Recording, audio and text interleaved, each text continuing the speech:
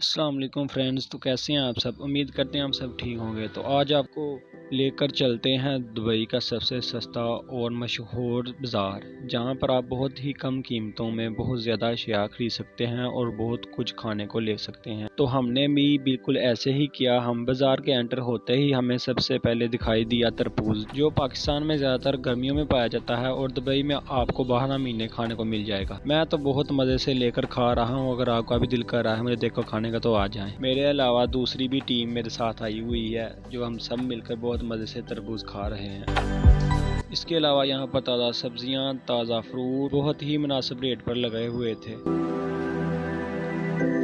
इस जगह से हमें पाकिस्तानी फीलिंग आ रही थी, क्योंकि ऐसा माहौल पाकिस्तान के दरबारों पे लगा होता है, मेला लगा होता है। हमने तो बहुत इंजॉय। इस जगह से हमने थोड़ी सी जलेबियाँ ली और बहुत मज़े से मैं खा रहा था, यमी। फिर हमने थोड़ी सी कटलेट्स ली और सब ने मज़े से खाई।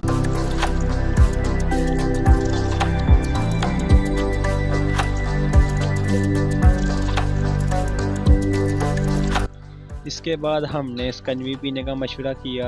हम आए हैं अब यहाँ पर तो कुछ ना कुछ तो खाते जाएंगे। स्कंजवी पीने के बाद नारियल पानी टेस्ट किया।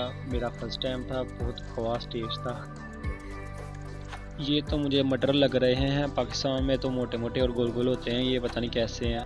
फिर हमने यहाँ से देसी चिकन लिया।